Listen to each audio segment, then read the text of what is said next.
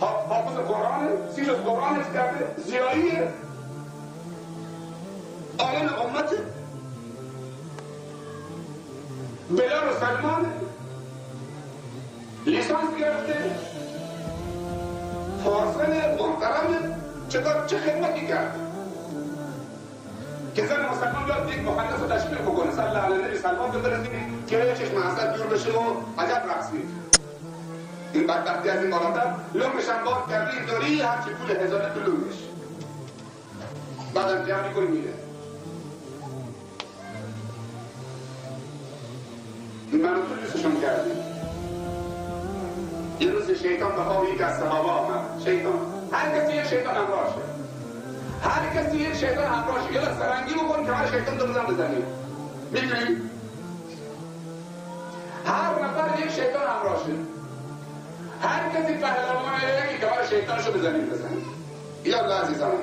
یکی از صحابه شیطان به خوابش آمد، دید که شیطان خیلی لاغر شده. تو فلانی خیلی لاغر شدی، داره میمیری، خودت میبره. گفت از من سوال میکنی، از خودت سوال بکن. گفت من چه حقی در چه بری در حق تو کردم؟ گفت از خودت سوال بکن که چرا من لاغر شدم. شیطانش میگه به شیطان گفت خیلی لاغر شدی. گفت از خودت سوال بکن تو چیزی به حال من نگذاشتی. اون آقا مسلمان بود. وقتی میخوای بخوری میگی بسم الله، وقتی میخوای بپوشی بسم الله، وقتی میخوای وارد خانه میشه اعوذ بالله، سر سفره میشینه اعوذ بالله، زیر پتو میره اعوذ بالله من الشیطان الرجیم. تو زمستان من وارد خانه شدم، بیرون خوابیدم، سر سفرم غذا گیرم نیامد، آبم خوردی بسم الله، من محروم موندم، لاغر شدم. من توییم که شیطانمون لاغر میکنیم و من توییم که شیطانمون فردا با چاق میکنیم. غذای شیطان قلیل کردیم، زیاد کردیم. غذای شیطان چیه؟ شیطان با چه چاق میشه؟ اون رو میشه با معصیت. هر کسی گناهش بیشتره شیطانش چاق‌تره. هر کسی گناهش کمتره شیطانش چیه؟ میخوای شیطان تو غم بگیره، زخم معده بگیره، بتونه غذا بخوره، بگو اعوذ بالله من الشیطان بسم الله الرحمن الرحیم، بعد لقمه بگیر. در حدیث وارد شده هر کسی بسم الله نگفت سر سفره لقمه همراهش داره میخوره.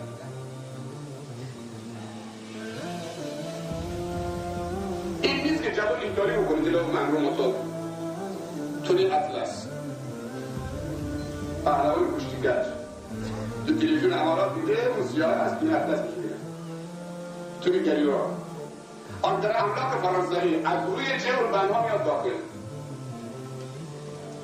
وزن سر آن در املاک فرانسوی 50 کیلوست، 250 کیلو وزن خودشه.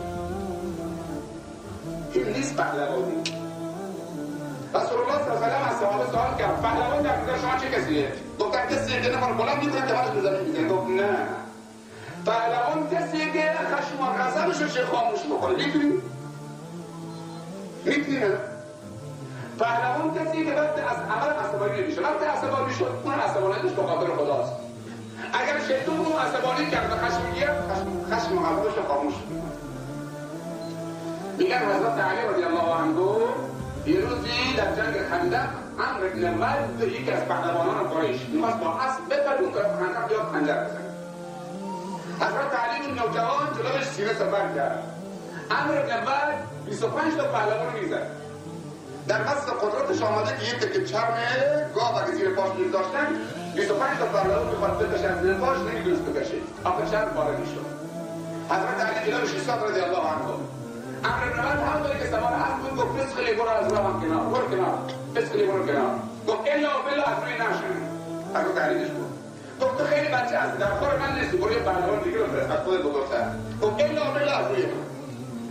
آخر حضرت علی مجالش نداد، ذوالفقار رو در آورد. عمرو بن ود از روی اسب آورد پایین، خوابوندش رو زمین، سر شمشیرش گذاشت روی حلقومش اینطوری که فشار بده اون طرف گردنش سوراخ بشه. همینجا که حضرت علی اون رو خوابونده بود روی زمین، شمشیر رو گردنش، این دفعه همونطور که خوابیده بود توپ انداخت به صورت حضرت علی، آب دهن انداخت توپ. حضرت علی بلند شد، شمشیر رو کشید گذاشت تو غلا، گفت بلند شد نمی‌کشم. از نو گفت نمی‌کشم. از نو دوباره مبارزه شروع شد، دوباره خوابوندش رو زمین. همون پهلوان قریش کافر خوابوندش رو زمین که شمشیر رو فشار بده. سوال کرد چرا بار اول من نکشتی؟ گفت بار اول اگر میکشتن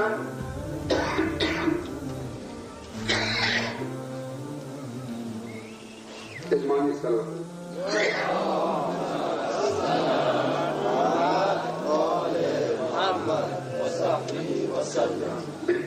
اون بار اول اگر تو رو میکشتم مردم فکر میکردن که من به خاطر انتقام خودم تو رو کشتم، چون که آفرین من انداختی. ولی بار اول تو رو نکشتم چون انتقام نیست، جنگ ما و جهاد ما به خاطر خداست، نه به خاطر تو. من ناراحت نشدم تو مثلا.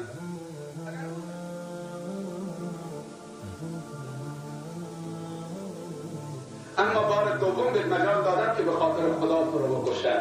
این شهامت رو نگاه بکن، این اهرامت رو نگاه بکن. چیه؟ عزیزان من، پهلوان کسی که جلوش رو بگیره، جلو نفسش رو بگیره، جلو دلش رو بگیره، خودش رو کنترل بکنه، سر به سر دلش نداره، دل تو رو بدبخت میکنه. خیلی ها رو بدبخت کرده. پهلوان‌تر از تو بدبخت کرده، پولدارتر از تو بدبخت کرده. تو زود شکست میکنی. پس عزیزان من، اگر میخوای شکست نخوری و همیشه قهرمان بمونی، معصیت نکن، رو تو پسکنده گناه نکن. تنها چیزی که مسلمان رو شکست میده گناه کردنه. یالا تصمیم بگیر که شکست نخورید، گناه نکنید. هر کسی گناه نکرد و حرام مرتکب نشد پیروز شد و همیشه قوی و همیشه سربلنده. اگر خدای نکرده تو رو دیدن با یک زنی در حال عمل زنا، چی میشه؟ دیگه نمیتونی تو این محله بگردی. وسط مردم دیگه سرت بلند نمیشه، همیشه این داری فرار داره میکنی. دیگه خلاص لباس از تنت در آورد شیطان. اگر خدای نکرده منی که جلو شما ایستادم الان لباس از تنم در آمده بود، میتونستم بیستم؟ عورتم مشروب بود؟ میتونستم. پس عزیزان من، گناه نکنی. هر کسی گناه کرد روح شد، آبروش رفت، دیگه نمیشه آبرو جمع کرد. پس عزیزان من، راه برو بیراه مرو، هرچند که راه مشکل بود. خدا به تو توفیق داد و تو این مراسم شرکت کردی و این چند کلمه رو شنیدی، بهش عمل بکن، به اولادت یاد بده، به زن و بچه‌ت یاد بده. تا به حال نمیفهمیدی، الان که فهمیدی دیگه نه. عزیزان من، جوانای سایه خوش، دختر و پسر، پدرها همچه و مادرها پشتشون تصمیم بگیرن که انشاءالله راههای فساد و شهرشون ببندن. مسجد عظیمی داری. من یه نماز مغرب اینجا خوندم، چند کلمه هم صحبت کردم و بهشون قول دادم که میام. الان آمدم. شما خواستی، من آمدم. اگر شما چیز دیگه میخواستی، چیز دیگه میامد. به جای ما و این صحبت با ساز میخواستی، ساز میامد. شما کلام خدا و رسول خدا خواستی، تبریک به شما میگم. حالا که خواستی و این همه مردم وارد شهر شما شدن به خاطر این مراسم خیر و این صحبت‌های خدا و رسول خدا، پس عزیزان من، شما باید سینه سپر بکنید و در آینده افراد خوب به شهرتون دعوت بکنید و افراد بد بیرون بکنید. راهتون یکی اونجاست، یکی اونجاست. نمیدونم این طرف هم هست، این طرف هم هست. راه ها رو ببندید. هر کسی بیاد اینجا فسادی رو وارد بکنه. عزیزان من، حتی بچه هاتون لباسهای درست بپوشانید. من خیلی از دخترهای کوچیک 5 ساله 6 ساله الان میگشتن اینجا، از ساعت هم دارم میگردن. 5 ساله 6 ساله سر برهنه، موشم شانه کرده، گذاشته پشت کمرش، ساق پاشم گیر روی میشه. از همین الان لباسهای کفار بر سر دختراتون نکنید. از همین سن 5 سالگی دستمان بذار رو سر دختره تا عادت بکنه. ساق پاشو بیرون نکن. فردا خوشش میاد، نگاه میکنه 10 ساله میشه، دیگه نمیتونه جوراب بپوشه، دیگه نمیتونه شلوار و لباس بلند بپوشه، دیگه گرمش میشه وقتی چادر میپوشه. عزیزان من، مادرای من، خواهرای من، اگر واقعا شما مسلمانی و زن مسلمانی و شرم حیا داری و الگوی شما فاطمه زهرا، پس دختراتون درست کنترل بکنید. اول باید خودتون درست بشید تا دختراتون درست بشه. یک مادر بی‌حجاب هیچ موقع نمیتونه دخترش بگه حجاب بپوش. یک مادر رقاصه نمیتونه دخترش بگه نرقص. یک مادر بی‌نماز، یک مادری که 24 ساعت داره شعر آرایش میکنه جلو والد نشسته، نمیتونه به دخترش بگه این نکوش، این مدل نه، این نه. یک مادری که نگاه فیلم هندی میکنه و قهقه میزنه و دخترش هم نشسته. یک پدری که فیلم هندی گذاشته، کاناپیو گرفته، کار ماهواری داره، مسقط و مصر رو همش داره میگیره، دارن میرقصن، اصلا دستشون دکونه نمیره که خاموش بکنه. این دیگه بچه‌هاش نابود شدن، جلوی چشمش نابود شدن. در آینده نزدیک از دل رفتن. میگن یه مادری یک دفعه وارد اتاق شد، خوب گوش بدید، یه مادری وارد اتاق خواب شد، این که دختر رو به سر 10 ساله‌اش مشغول عمل جنسی هستن. بلند شد کبریت آورد گذاشت روی دست دختر و پسرش. اگه من بودم عزیزان من، کبریتو می‌داشتن رو دست اون مادری که جلو بچه‌ش فیلم هندی نگاه میکنه. اینو از کجا یاد گرفتن؟ از تو همین فیلم یاد گرفتن کنار پدر و مادرش. اونا تقصیر ندارن. بچه این دستان چی می‌بینه؟ از کجا یاد گرفته؟ پدر مادر خراب عزیزان من.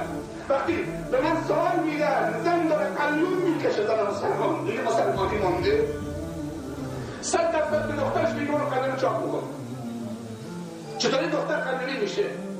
مادر به دخترش میگه برو قلون چاپ بکن. مهمان آمد برو دختر قلون چاپ بکن. به دودش هم میاد نفس هم بدار آماده بکن تنباکوش هم بدار رد میاد 10 دفعه قلون چاپ بکنه دود بیاره آبشو نگاه بکنه قلونی شد. دخترشو قدم در قبل نداده. من بارها دیدم عزیزان که زن به مادر یا پدر به دخترش میگه دو قلون چاپ بکنی